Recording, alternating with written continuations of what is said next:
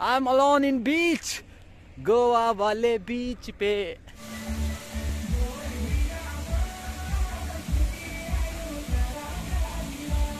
Hello guys, good morning. तो कैसे हो आप लोग? आज मैं इवनिंग को आ गया था रुद्रप्रयाग, फिर मैं अभी निकल रहा हूँ देहरादून के लिए। अभी मैं हूँ रुद्रप्रयाग में और अभी बजे हैं मॉर्निंग के 9। बहुत ठंड है, लेकिन इसी ठंड में हम निकल रहे हैं देहरादून को।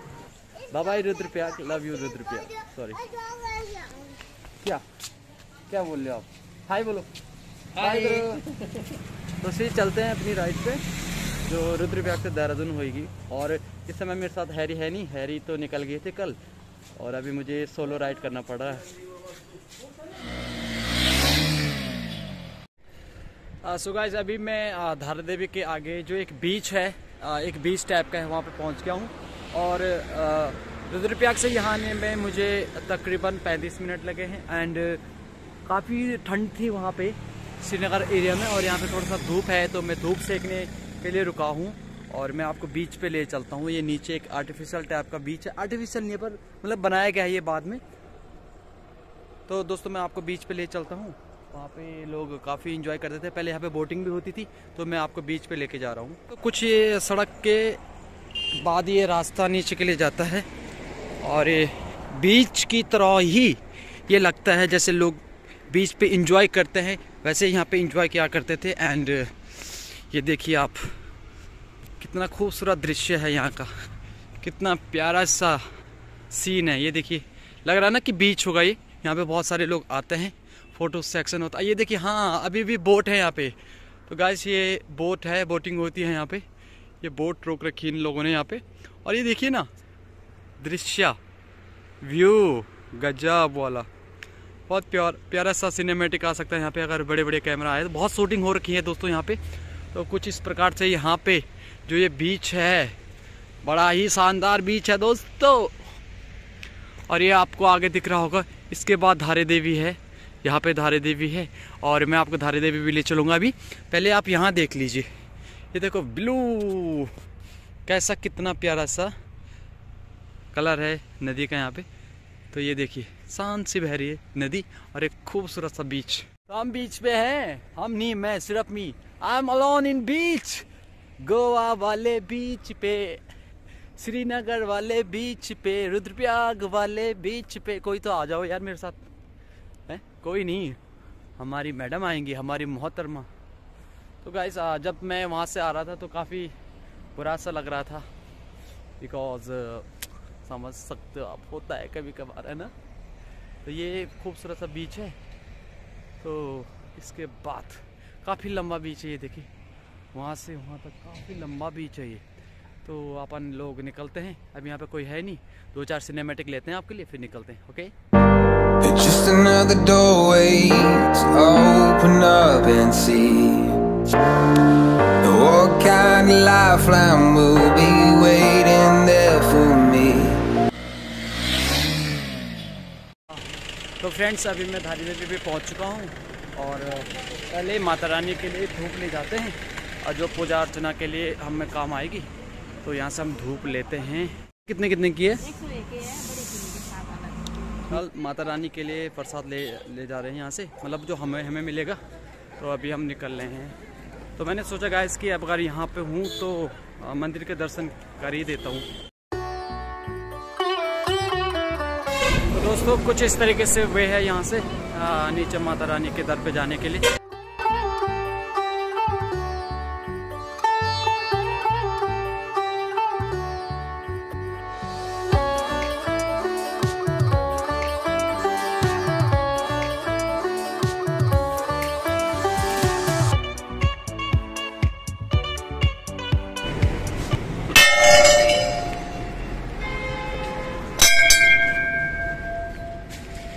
यहाँ पे मैं सेकंड बार आ रहा हूँ।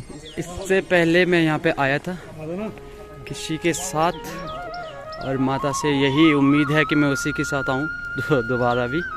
और वाह यार, क्या लोकेशन है, कितना खूबसूरत लगता है यहाँ पे। और जब से ये नदी के बीचों बीच बनाया गया है, तब से और भी रमणीय हो गया ये, बहुत ही खूबसूरत दृश्य। तो गाइस कहा जाता है माँ धारी देवी के लिए कि यहाँ पे जो मूर्त है माँ की वो समय के साथ बदलती रहती है। जैसे एक दिन में मॉर्निंग में वो बच्ची की रूप में रहती है एंड दोपहर में जवान स्त्री की रूप में, और इवनिंग को माँ का मूर्ति का रूप एक वृद्ध महिला की तरह हो जाता है। तो ये कहावत है दोस्तों। एंड कितना खूबसूरत, हा, और मेरे को बहुत अच्छा लग रहा है कि हाँ मैं माता रानी के पास आ रहा हूँ। तो बोलो माँ धारी देवी की जय। भवानी का भवन प्यारा, पहाड़ों की चढ़ाई है, माता के द्वारे जाए, माता को चुनरी लाए, करो माता इसे स्वीकार, बड़े अरिमा से लाए हैं। बहुत खूबसूरत दृश्य और मन को शांति देने वाला। रियली गाइस, आज जब मैं अपने गांव आया और इन दिनों मैंने स्पेंड करा गांव पे टाइम, तो काफ़ी सुकून मिला।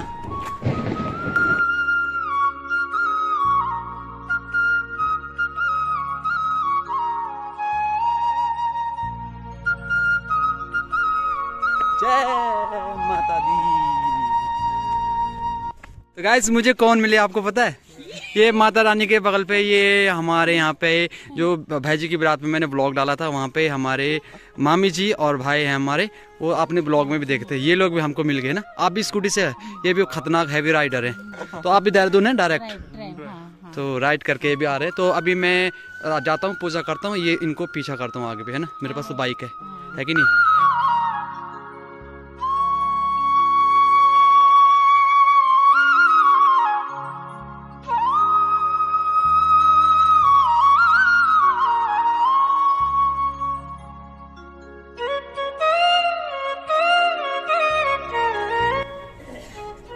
फूल की माला कितने की है? 30 रुपये। कौन सी? फूल दे दो थोड़ा सा। ठीक है। तो फ्लावर भी ले गए हैं माता रानी के लिए, तो देखते हैं।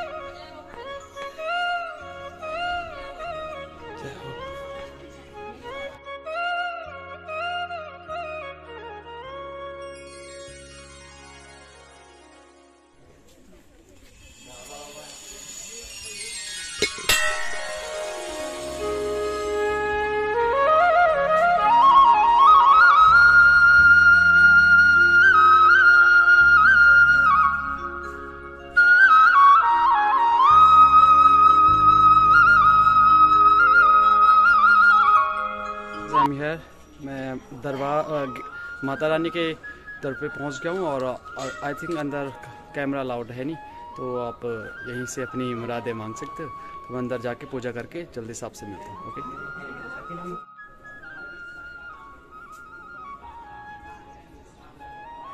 जय माता।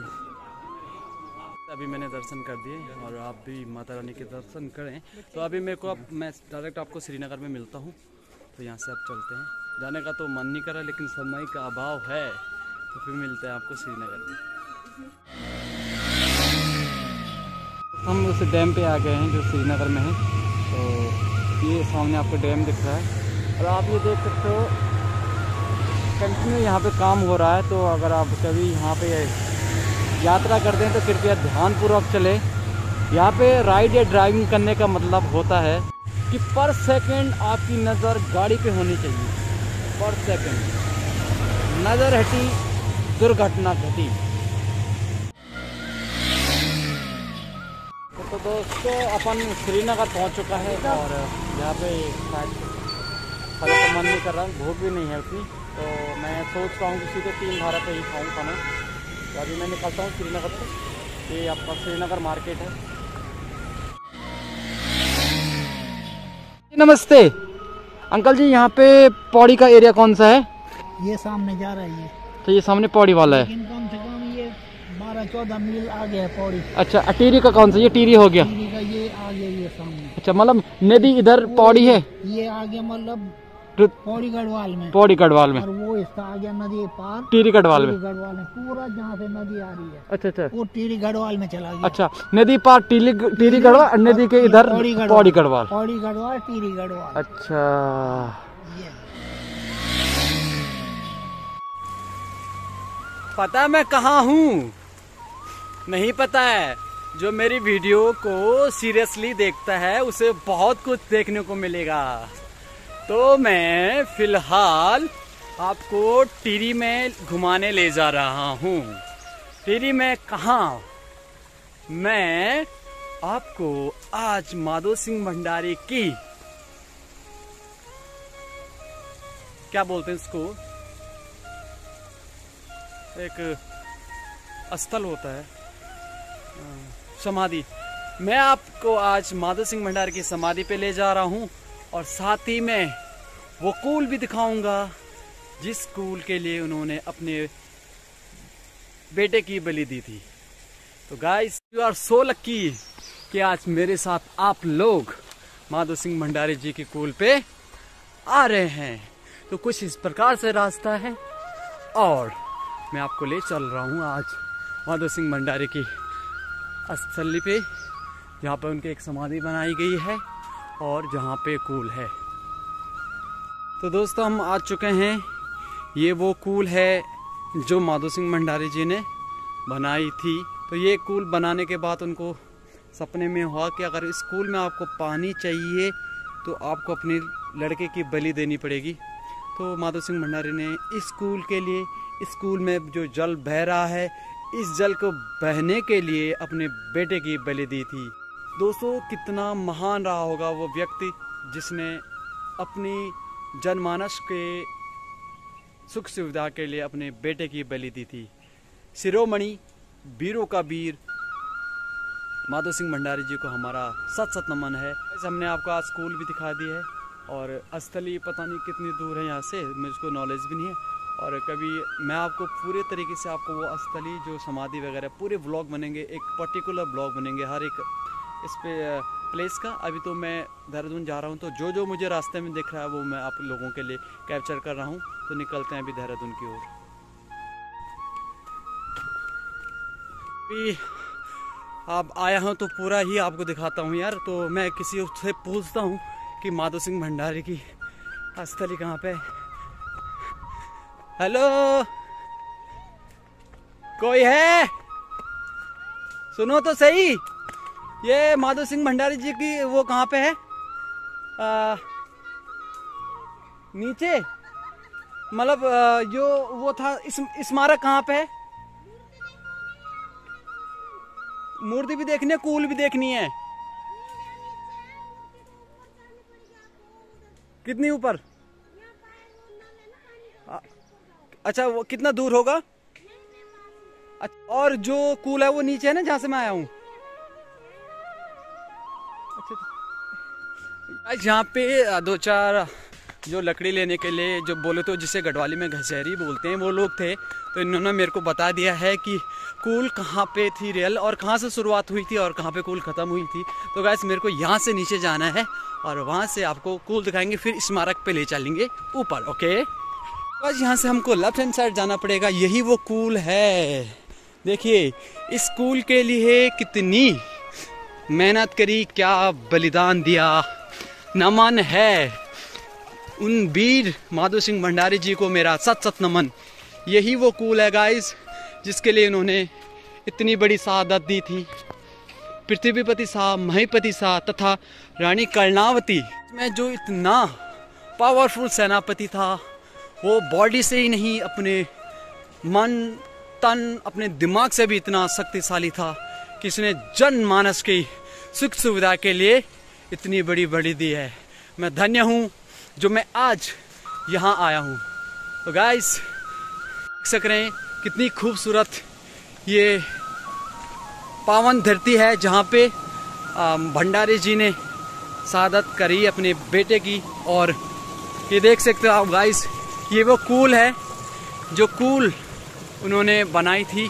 और इस कूल में जो पानी आज भी बह रहा है, वो पानी उनके शहादत, उन्होंने जो त्याग किया है जनमानस की सुख सुविधाओं के लिए उनके लिए है। तो आज के नेताओं को, आज के लोगों को, आज के भ्रष्ट नेताओं को उनसे त्याग के बारे में कुछ सीखना चाहिए। तो मैं सत सत प्रणाम करता हूँ वीर माधो सिंह भंडारी को कि आप लोगों ने इतना बड़ा बलिदान दिया। तो दोस्तों अभी मैं निकलता हूँ, मुझे इतना अच्छा लग रहा है। आई डोंट नो व्हाई, मेरी फीलिंग कितनी, हाउ एक्सप्लेन मी, मैं खुद को कैसे एक्सप्लेन करूँ कि क्या है कैसा है। तो दोस्तों अभी निकलते हैं, सफ़र लंबा है, चलो चलते हैं। तो अभी नीचे आपको मैंने कूल दिखाई, हालत बहुत ख़राब हो गई है, चढ़ाई है कहीं। तो अभी मैं आपको स्मारक पे लेके जा रहा हूँ, वहाँ पे कुछ बताऊँगा आपको।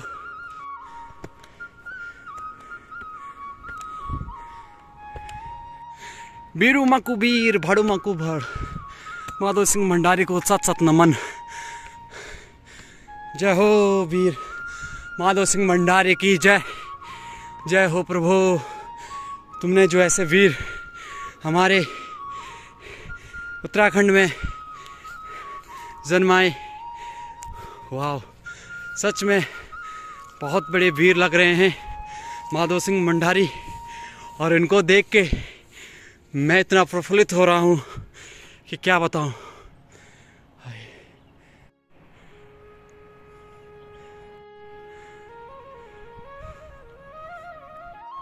तो गाइस, मित्रों, आखिरकार मैं माधो सिंह भंडारी जी के स्मारक पे आ गया हूँ। प्रफुल्लित हुआ, मन खुश हुआ कि जिनके हम पवाड़े सुनते थे, जाकर सुनते थे, और हमारे सामने हैं। तो मित्रों, जो आप लोगों ने इगास देखा, उत्तराखंड में बड़ी धूमधाम से मनाया जा रहा है। इगास क्यों मनाया जाता है आपको पता है? पृथ्वीपति शाह और महीपति शाह और रानी कर्णावती के शासन में जो सेनापति थे, उनमें से एक वीरों का वीर माधो सिंह भंडारी भी थे। तो मित्रों, इगास का पर्व इसलिए मनाया जाता है कि चाइना का युद्ध लगा, गढ़वाल से सेनापति माधो सिंह भंडारी जी गए, उन्होंने युद्ध लड़ रहे थे, तो दीपावली पे वो घर नहीं आए। लोगों ने सोचा कि वो शहीद हो गए हैं। लेकिन मित्रों, जब दीपावली के 11 दिन बाद उनके आने का समाचार मिला, तो गढ़वाल वासियों ने उस दिन पूरी पकौड़ियाँ बनाई और उसके बाद एक उत्सव सा हो गया, वो इगास कहलाता है। तो मैंने आपको पहले भी सुनाया था, मेरू माधुनी आई लो माधु सिंगा, ये वाला जो लोग गाने हैं ये गाए जाते हैं, वो इसलिए गाए जाते हैं बिकॉज जो चाइना के साथ युद्ध में ये घर नहीं आए थे, लेट हो गया था दीपावली को, तो लोगों ने सोचा ये शहीद हो गए हैं। लेकिन 11 दिन बाद इगास घर आने की उनकी सूचना मिलती है, इसलिए लोग दीपावली मनाते हैं, ये दूसरी दीपावली मनाते हैं। तो माधो सिंह भंडारी जी की ये कहानी है। और मुझे एक कहानी और याद आ रही है कि माधो सिंह भंडारी इतने वीर थे, आपने देख ली नीचे उन्होंने कूल बनाई। वो शरीर से ही नहीं वीर, बल्कि वो अपने मन गट्स उनमें इतना था कि उन्होंने जनमानस की सुख सुविधा के लिए, कूल में पानी प्रवाहित करने के लिए इतने बड़े पहाड़ को काट के कूल बनाई थी, नहर बनाई थी मित्रों। और आज भी आप देख रहे हैं उस नहर में पानी बह रहा है। तो एक कहानी और है कि माधो सिंह भंडारी जी जब एक बार फिर चाइना के साथ युद्ध में थे और उनकी सेना हारने वाली थी, तो सेनापति प्रमुख होता है सेना का, तो माधो सिंह भंडारी जी वहाँ पे गए और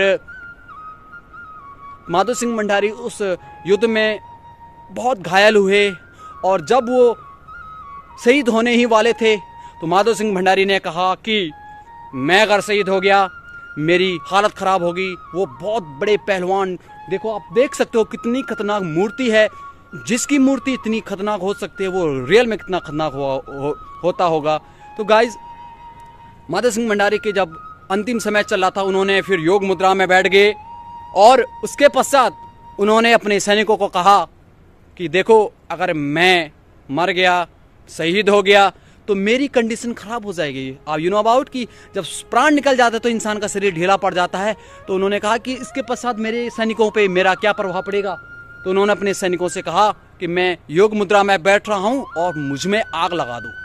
तो उन्होंने जिंदा ही खुद के शरीर को आग लगवा दी अपने सैनिकों से। तो ये वीरों में के वीर, ये भड़ो उमंग के भड़ माधो सिंह भंडारी को मेरा सत नमन। मित्रों, कितना खूबसूरत दृश्य है और यहाँ से जाने का मन नहीं करा, लेकिन सफ़र तो बड़ा है, जाना पड़ेगा, तो निकलते हैं आगे की ओर।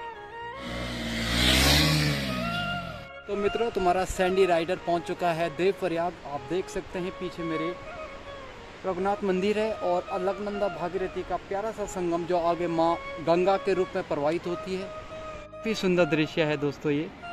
यहाँ से अलकनंदा आ रही है, यहाँ से भागीरथी आ रही है और आगे गंगा के रूप में बह रही है। तो दोस्तों, अलकनंदा को बहू कहते हैं और भागीरथी को सास कहते हैं। सास और बहू का संगम भी कहलाता है ये। और आप पीछे देख रहे हैं रघुनाथ मंदिर है, तो वो ये मंदिर है जिसमें राम भगवान ने अपने अंतिम समय में तपस्या करी थी। और ये वो मंदिर है जिस मंदिर में पवार शासकों के बहुत सारे ताम्रपत्र मिले हैं। तो आप देख सकते हैं कितना खूबसूरत भरा दृश्य है ये।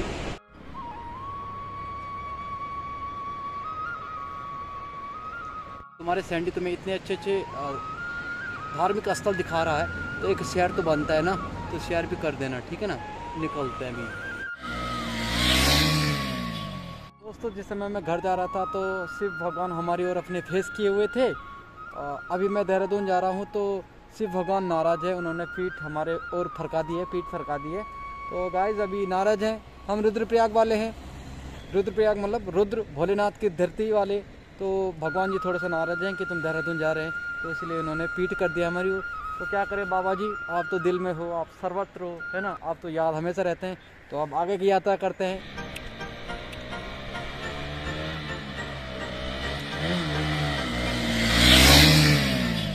सो गाइस, जो मामी जी लोग हैं वो मेरे को यहाँ पे मिले। ये कौन सी जगह है? तीन धारा से आगे ना, तीन धारे में ही है। और मैं यहाँ पे मैगी खा रहा हूँ। खाने का तो मन नहीं है, होंठ भी बहुत गंदी हालत हो चुकी है। तो अभी यहाँ पे हम मिले। हाल है इसके, ठंड से बहुत मतलब ऐसा हो रखा है जैसे ऐसा लग रहा है कि रास्ते में इसको किसी भेड़िए ने काट रखा होगा। तो इस तरीके से काट देना इसको। हाँ, नहीं ये तो ऐसे ही पड़ेगा, कटिंग पीप पीप नहीं होगा। तो गाइस अभी मैं यहाँ पे मैगी खा रहा हूँ और राइड तो चल ही रहा। सोलो राइड में बहुत मजा आ रहा। और ये खतरनाक राइडर है, लेडी राइडर। ये तो स्कूटी में देहरादून से देखो, बहुत बड़ी बात है ये, है ना। फ्रेंड्स, अभी मैं तीन धारा पे मैगी खाने के बाद आगे आया हूँ। तो आपको ये दिखाने जा रहा हूँ, ये है तोता घाटी, जो काफ़ी फेमस है। इस घाटी को तोता राम जी ने काटा था, इसीलिए उनका नाम, इस घाटी का नाम तोता घाटी रखा गया है, जिसको गढ़वाल का मांझी भी कहा जाता है इन लोगों का एक। तो दोस्तों, यही है तोता घाटी जो आप सामने देख रहे हैं।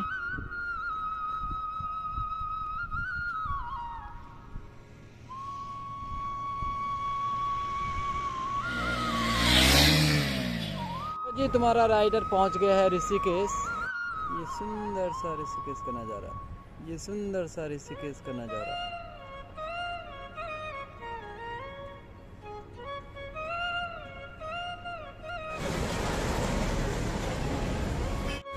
तो दोस्तों, अभी ऋषिकेश में मुझे छोले कुलचे दिखे, तो मुझसे रहा नहीं गया, तो थोड़ा सा छोले कुलचे के मज़े लिए जाते हैं, है ना। तो थोड़ा सा छोले कुलचे के मज़े लेते हैं, फिर आपसे आगे।